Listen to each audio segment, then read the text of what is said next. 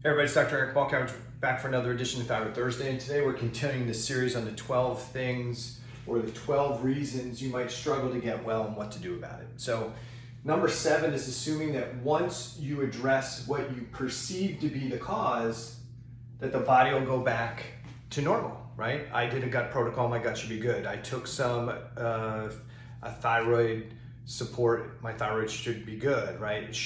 I did something, I should be better. I gave up gluten and I should lose weight, right? I think we make the mistake that just because you take something away or you do something beneficial that we should automatically go back to normal. Tissues do take time to heal and repair. We assume that the body goes back to what we call homeostasis, and you may not be thinking, hey, I'm expecting homeostasis, but the body operates in one of two primary modes. We're either in homeostasis, which is in a state where you can adapt to the stressors in your environment and you have enough energy to do everything you need to do to run all the machinery. There's no bartering with different systems to deal with what's going on. You've got all the things you need to run the systems, heal, repair, regenerate, okay? The other state is something called allostasis, and this is an excessive stress state where I don't have enough energy to do everything I need to do. I need to shift energy away from something else to support the most important piece. If you're perceiving that you're being attacked, your body can take energy away from digestion to help you make more glucose, to run, to make more neurotransmitters to help you fire up your brain so you can kind of think like, how am I going to get out of this situation? So homeostasis is the state we want. Allostasis is this adaptive stress to excessive cell stress. And that's the state most of us are in when we have some type of chronic health issues going on. The other thing is that we assume that once we've done something that it's healed, right? I gave up gluten, my gut should be better, right? I did a gut protocol, I should lose weight, right? I did an adrenal protocol, I should sleep at night. I took that supplement, why does it not work? So one of the things we have to keep in mind is that when we do something, it still takes time for the body to get out of danger physiology, realize we're not in danger anymore, shift back into kind of more homeostatic regulation, and then it still takes time for the tissues to turn over and change. We don't grow new cells overnight. It takes some time for these cells and tissues to regenerate and repair.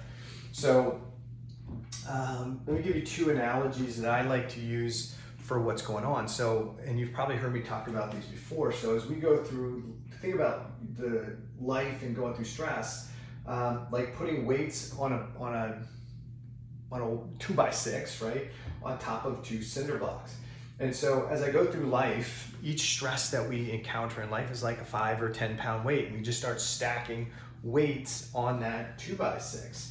And let's say the capacity of this 2x6 is about 100 pounds. And so if I go through life, I put 10 pounds on, and then I put another 5 pounds on, and then I put another 10 pounds on. At some point, I may exceed the capacity of the board, and the board breaks, right?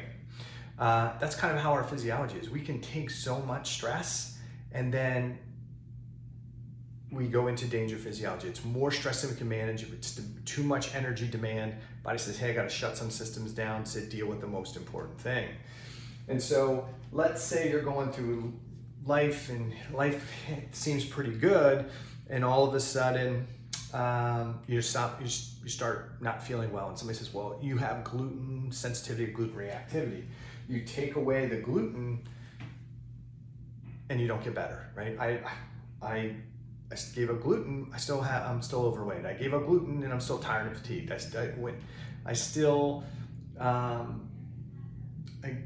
I gave up gluten and I still have some other signs and symptoms, right? Or I took something, or I did a gut protocol and I still haven't lost weight, right? Maybe that I didn't need to do that. No, you probably did need to do it, but your body still might need time to repair and heal. Think about this board.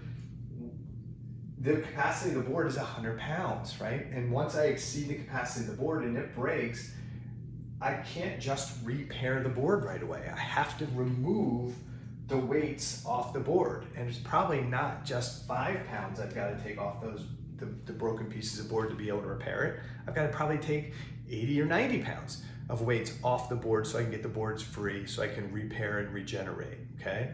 And so it's a lot of times people assume that the last thing that occurred, I took this antibiotic and then I had all these issues, or I had a bunch of stress and that's when my thyroid problems started. No, you've probably been accumulating a whole bunch of stress for an extended period of time, and the last thing you did was just what exceeded capacity, okay? The other analogy I often use to explain to people is like, if you were cooking in your house, you got a big party going on, big football get together this weekend, and you're cooking, you're cleaning, and you're feeding your child, and somebody breaks into your home and attacks your child. Are you going to continue to cook? Probably not. Are you going to pack those things up in nice glass Tupperware? Probably not. Are you going to try and do one more load of wash before you go help your child? Probably not. Are you going to take a quick nap before you go help your child? Probably not. And so what's going on is you're adapting to the situation. The most important thing in that situation is the protection of your child. So none of the other stuff matters. And yeah, smoke, food's burning, smoke in the house, alarms are going off, but we could take care of the food, take it off the stove, but that doesn't address the real issue, right? And so let's say you fight off that attacker, right? And police arrest them, and situation's over. Do you go back to normal functioning that day? Do you pretend, is all the stress gone? Or do you stay in kind of that stress state for an extended period of time? Like every night you're double checking the doors to make sure they're locked, right? Every time your daughter goes outside or your child goes outside, you're going out with them, you're escorting them. You're probably gonna live in a state of kind of still out this danger physiology for a period of time until the body starts to say, okay, danger is averted, the problem is gone, let's go back and start going back to normal physiology. And so the same for us, when we're in this process of trying to address root cause issues, we've got to not only reduce or eliminate the stress, but we've got to do that for a long enough period of time that the physiology can shift from danger physiology and say, okay, danger's averted, it's been gone for a while, now let's go back into heal and repair mode, okay? So danger physiology needs to go away before healing and regeneration occurs.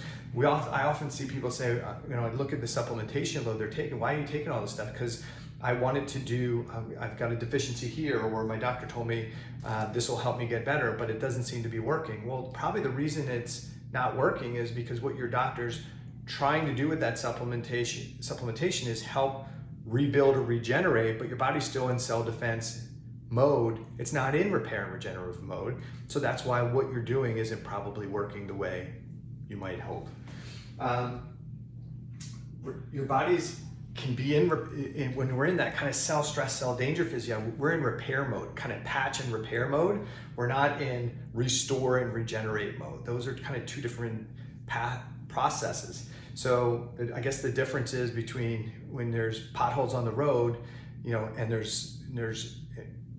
we can patch it, right? Just fill the individual pothole, or we could rebuild the structure of the road, rip it all up and redo it appropriately. So that's like repair versus restore and regeneration.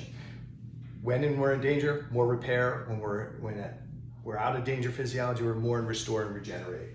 We need to have patience. We got to consider our habits and behaviors, right?